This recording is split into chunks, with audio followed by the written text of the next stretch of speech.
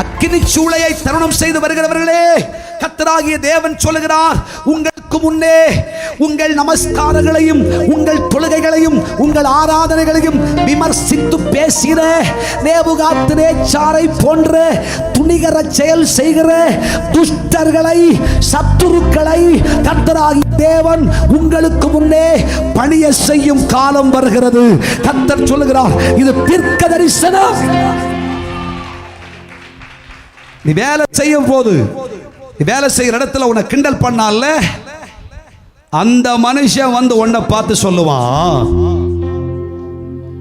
நீ ஆராதிக்கிற தேவன் சாதாரணமானவர் அல்ல. நீ ஆராதிக்கிற தேவனை போல, நீ ஆராதிக்கிற இயேசுவை போல வேறொரு இரட்சகர் இல்லை. சத்துருவே சொல்ல போறாங்க, சத்துருவே சொல்ல போகிறான்.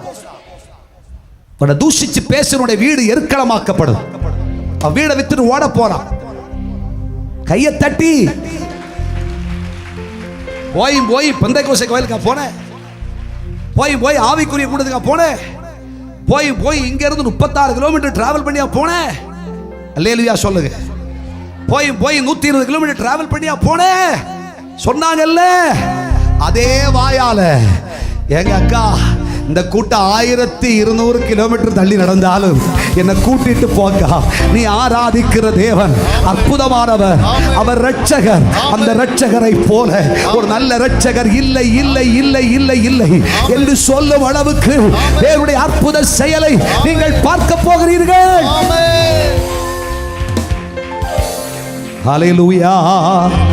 உங்க வீட்டில் ஒரு வீட்டு கூட்டம் வச்சீங்க, சொந்தக்காரன் தான், சொக்காரக்காரன் தான், ஆனா ஆவேன்னு சொல்லி முடிக்கிறது வரை வீட்டுக்குள்ள வரல.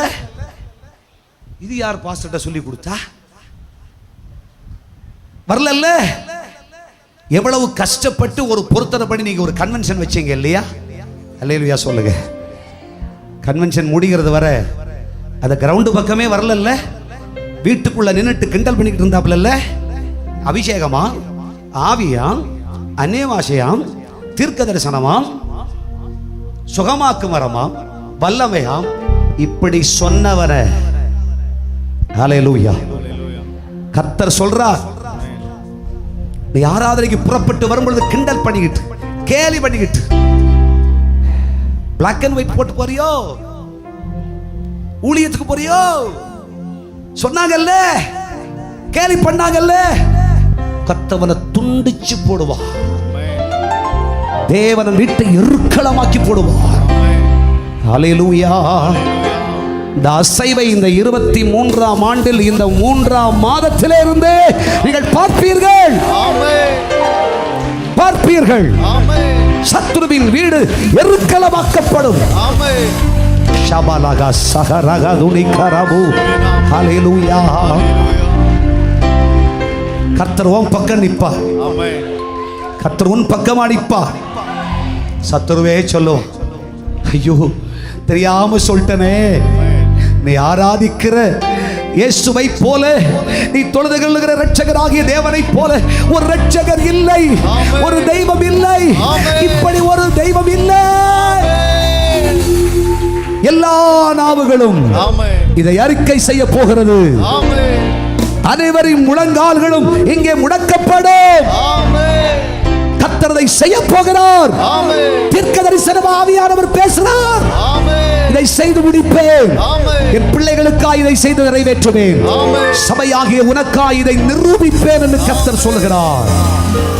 உன்னை எதிர்த்தவனும் உனக்கு முன்னாக போராடினவனும் உனக்காக எதிராய் சட்டம் எழுதினவனும் உனக்கு எதிராக வழக்கு தொடர்ந்தவனும் உனக்கு எதிராய் நின்றவனும் உன்னை பரியாசம் பண்ணினவனும் ஏளனம் பண்ணினவனும் உன்னை தூஷணம் பேசினவனும் ஆகிய அத்தனை மனுஷனுடைய வீட்டை தெய்வம் எருக்களமாக்கி போடுவார்.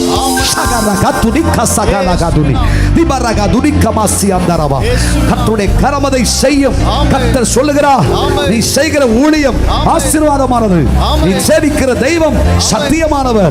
கர்த்தர் உன்னோடு கூடவே இருக்கிறார் என்று உலகம் பிரமிக்கத்தக்க விதமாய் ஆச்சரியமான கிரியை தேவன் நடப்பித்துக் கொண்டு உன்னை விடுதலையின் சாட்சியாய் நிறுத்தி கர்த்தர் சொல்லுகிறார், உன் சத்துருவையும் உன்னிடத்தில் பணிய செய்வே.